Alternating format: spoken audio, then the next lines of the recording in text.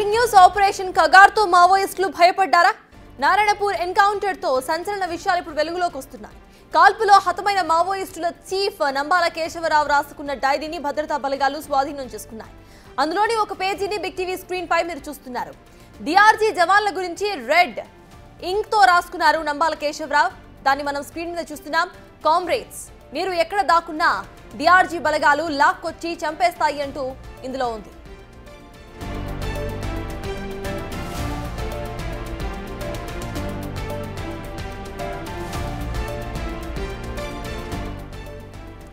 భద్రతా బలగాలు చుట్టుముట్టడంతో నంబాల కేశవరావు భయపడ్డాడా? అందరినీ చంపేస్తారని ఎందుకు రాశాడు? ఇప్పుడు ఇవే ప్రశ్నలు వినిపిస్తున్నాయి.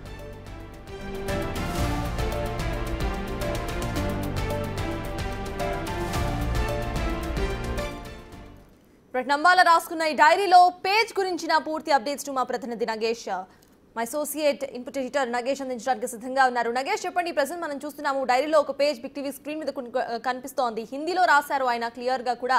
కామ్రేడ్స్, మీరంతా ఎక్కడున్నా సరే వాళ్ళంతా లాక్కొచ్చి చంపేస్తారు అంటూ కూడా రాసుకొచ్చారు. నిజంగా భయపడ్డారు అనుకోవాలా, లేకపోతే ఒక హెచ్చరిక అని అనుకోవాలా? అసలు అప్డేట్స్ ఏంటి? అంటే రెండు విషయాలు ఇక్కడ భయపడ్డారు అనుకోవచ్చు, హెచ్చరిక కూడా చెప్పినట్టుగా అనుకోవచ్చు. ఎందుకంటే 3 లేయర్ల భద్రతా బలగాలు మావోయిస్టు చీఫ్ చుట్టూ ఉంటాయి. కానీ 3 లేయర్ల భద్రతా బలగాల్ని దాటుకొని డిఆర్జీ బలగాలు, డిస్ట్రిక్ట్ రిజర్వ్ ఫోర్స్ బలగాలు మావోయిస్టు చీఫ్ని, ఇండియా మావోయిస్టు చీఫ్ని చంపేయడం అంటే మామూలు విషయం కాదు. ఎందుకంటే 4 దశాబ్దాల మావోయిస్టు చరిత్రలో మావోయిస్టు చీఫ్ ఎన్కౌంటర్ జరగడం అనేది ఇదే ప్రప్రథమం. అందులో నంబాల కేశవరావు అలియాస్ బసవరాజు మరణించడం అనేది ఇప్పటికీ మావోయిస్టు పార్టీ జీర్ణించుకోలేకపోతుంది. ఉన్న కొద్ది మందిలో మావోయిస్టు పార్టీ చీఫ్ ఎవరనేది కూడా ఇప్పుడు కన్ఫ్యూజన్గా మారింది. ఎందుకంటే నంబాల కేశవరావు ఆపరేషన్ చేశాడంటే ఎదుట ఏ వ్యక్తి ఉన్నాడో ఖచ్చితంగా మరణించాల్సిందే. అలాంటి వ్యక్తి కేవలం 3 లైన్ల లెటరు తన డైరీలో రాశారు. అంటే 3 లైన్లు తను క్లియర్గా ఆప్ లోగ్ కైబీ చుప్ జావో ఆప్ లోగ్ కో కేజ్కర్ డిఆర్జీ ఫోర్స్ మారేగి అని చెప్పి అందులో క్లియర్గా మెన్షన్ చేశాడు. డిఆర్జీ బలగాలు మిమ్మల్ని చంపేస్తాయి, మీరు దొరికితే కనుక ఖచ్చితంగా మీకు మరణం తప్పదని చెప్పి తన చివరి పేజీలో రాసిన ఏదైతే ఆ డైరీ ఉందో డైరీని ప్రస్తుతం అయితే ఛత్తీస్గఢ్ బలగాలు స్వాధీనం చేసుకున్నాయి. కానీ పూర్తి డైరీని మాత్రం బయట అయితే పెట్టలేదు. ఇప్పటికీ ఎన్కౌంటర్కి సంబంధించి బయట కూడా చాలా ఆరోపణలు ప్రజా సంఘాలు, పౌరకుల సంఘాలు రకరకాలుగా చేస్తున్నాయి. అంటే మావోయిస్టు చీఫ్ నంబాల కేశవరావుతో పాటు మిగతా 26 మందిని పట్టుకొని నిర్దాక్షిణ్యంగా కాల్చి చంపారని చెప్పి వాళ్ళంతా ఆరోపిస్తున్నారు. వాళ్ళు అంటే పడుకున్న విధానం కానీ, వాళ్ళు కళ్ళు తెరిచి ఉండడం కానీ, వాళ్ళ బాడీలపైన, శరీరాలపైన రకరకాల చిత్రహింసలు పెట్టడం కానీ అవన్నీ కూడా గుర్తులు కనిపిస్తున్నాయి. కానీ వాటికి సంబంధించిన పోస్ట్ మార్టం రిపోర్ట్ కానీ అవన్నీ కూడా భద్రతా బలగాలు కానీ ఛత్తీస్గఢ్ ప్రభుత్వం కానీ ఎక్కడ బయట పెట్టలేదు. సో ఇప్పటికైతే ఈ ఎన్కౌంటర్లో 27 మంది చీఫ్తో సహా ప్లస్ 27 మంది చనిపోయారు, 84 మంది లొంగిపోయారు, 57 మిగతా 53 మంది అరెస్టు చూపించారు.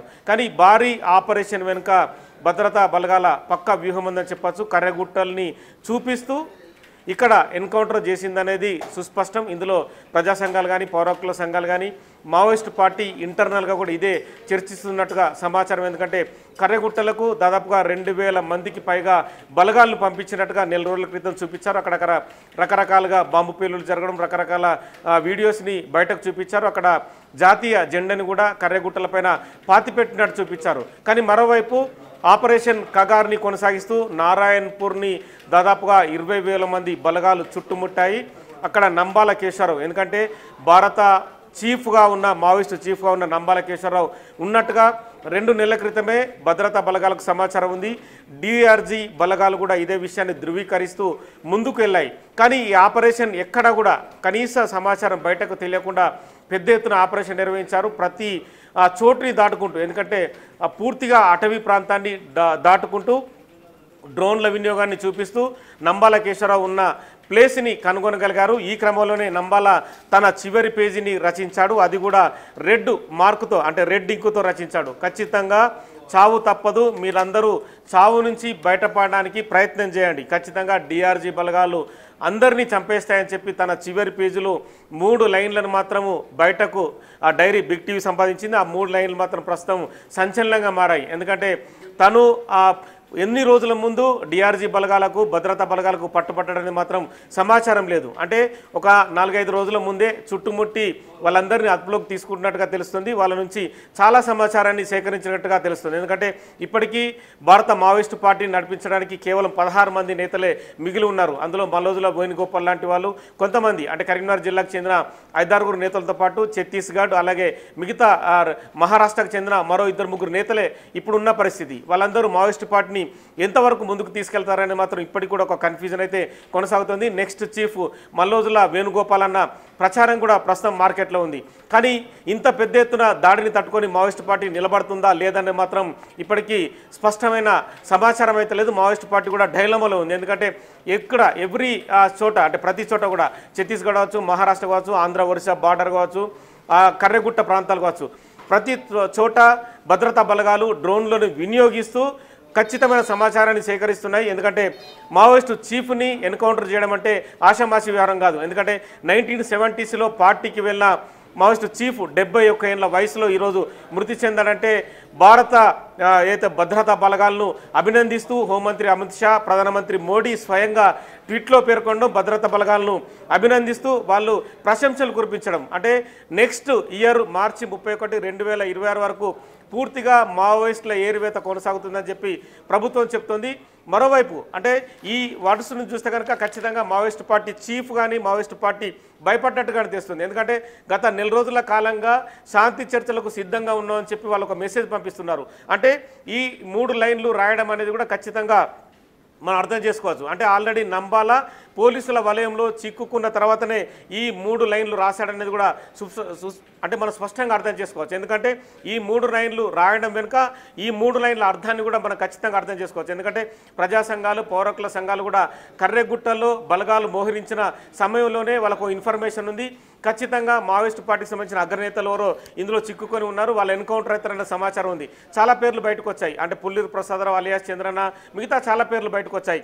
కానీ వాళ్ళందరూ ఎన్కౌంటర్ కాకుండా కేవలం డైరెక్ట్గానే భారత మావోయిస్టు పార్టీని నడిపే చీఫ్నే ఎన్కౌంటర్ చేయడంతో సో ఇవన్నీ కూడా ఖచ్చితంగా అబద్ధాలన్నీ కూడా నిజాలయ్యాయి. వాళ్ళు ఆ చర్చలకు ముందుకు వచ్చామని చెప్పుకొచ్చారు.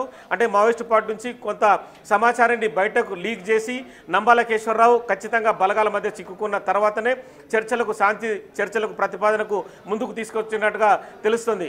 కానీ జనరలీ చీఫ్స్కి చాలా వరకు సెక్యూరిటీ ఉంటుంది. ఆ సెక్యూరిటీని దాటి ఇటు ఫోర్సెస్ ఆయనను హతమార్చాయి. అయితే అసలు ప్రెజెంట్ అంటే కామ్రేడ్స్ వైపు నుండి మనం చూసుకున్నాం, మావోయిస్టుల వైపు నుండి మనం చూసుకున్నాం, వీళ్ళంతా నెక్స్ట్ స్టెప్ అసలు ఎలా తీసుకునే అవకాశం ఉంది అనుకోవాలి? చీఫే చనిపోయారు కాబట్టి ఆ తర్వాత వీళ్ళు లొంగిపోయే అవకాశాలు ఎక్కువ ఉన్నాయి అనుకోవాలా, లేకపోతే ఇంకాస్త జాగ్రత్తగా ఉంటారు అనుకోవాలా? అంటే మిగతా అంటే అగ్రనేతలు ఎవరైతే ఉన్నారో మల్లోజు వేణుగోపాల్తో పాటు ఇంకా 16 మంది అగ్రనేతలు మావోయిస్టు పార్టీని నడిపించడానికి ఎంతవరకు ముందుకు వస్తారనేది మాత్రం ఖచ్చితంగా అది ఒక ఆన్సర్ లేని ప్రశ్నగా చెప్పొచ్చు. ఎందుకంటే ఇప్పటికే 3 రోజులైంది మావోయిస్టు చీఫ్ ఎన్కౌంటర్ తర్వాత మావోయిస్టు పార్టీ నుంచి కూడా స్పష్టమైన ప్రకటన రాలేదు. కేవలం ప్రజా సంఘాలు, పౌరకుల సంఘాలు మాత్రం బయట ఆందోళన చేస్తున్నాయి. వీళ్ళందరినీ పట్టుకొని హింసించి కాల్చి చంపారని చెప్పి హైదరాబాద్లో అంబేద్కర్ విగ్రహం దగ్గర కావచ్చు, మిగతా తెలంగాణ రాష్ట్రంలో, ఆంధ్రప్రదేశ్ రాష్ట్రంలో రకరకాల సంఘాలు కూడా ఆందోళన చేస్తున్నాయి. కానీ ఖచ్చితంగా ఎవరు కూడా ప్రభుత్వం పైన ప్రెషర్ తీసుకొచ్చి శాంతి చర్చలకైతే ముందుకు వెళ్ళే పరిస్థితి కనిపిస్తలేదు. ఇక్కడ హైదరాబాద్లో అంటే తెలంగాణలో మాత్రం మంత్రి సీతక్క కావచ్చు, ముఖ్యమంత్రి రేవంత్ రెడ్డిని కలిశారు. ఆపరేషన్కు సంబంధించిన కగారును నిలిపేయాలని చెప్పి వీళ్ళు కూడా లెటర్స్ని కేంద్రానికి పంపించారు.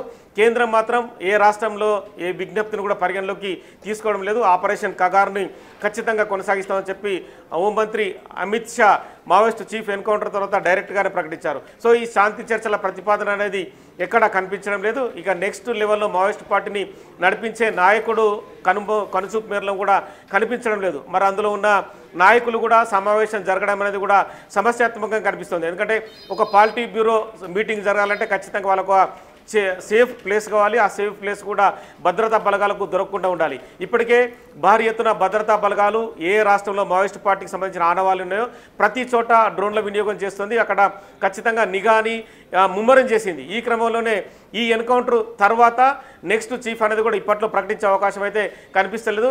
మరి ఆ అభయ్ నుంచి కానీ మిగతా రాష్ట్ర కమిటీ నుంచి కానీ ఏదైనా లెటరు ఆ ఎన్కౌంటర్కి సంబంధించి బయటకు వస్తే మాత్రం మావోయిస్టు చీఫ్ వాళ్ళకి ఏమైనా సమాచారం ఇచ్చాడా, లేదంటే వాళ్ళ నుంచి ఇంకా మిగతా అంశాలను ఏమైనా పేర్కొనడం మాత్రం మావోయిస్టు పార్టీ నుంచే ఒక లేఖ బయటకు వస్తే కొన్ని విషయాలు బయటకు వచ్చే అవకాశం ఉంది.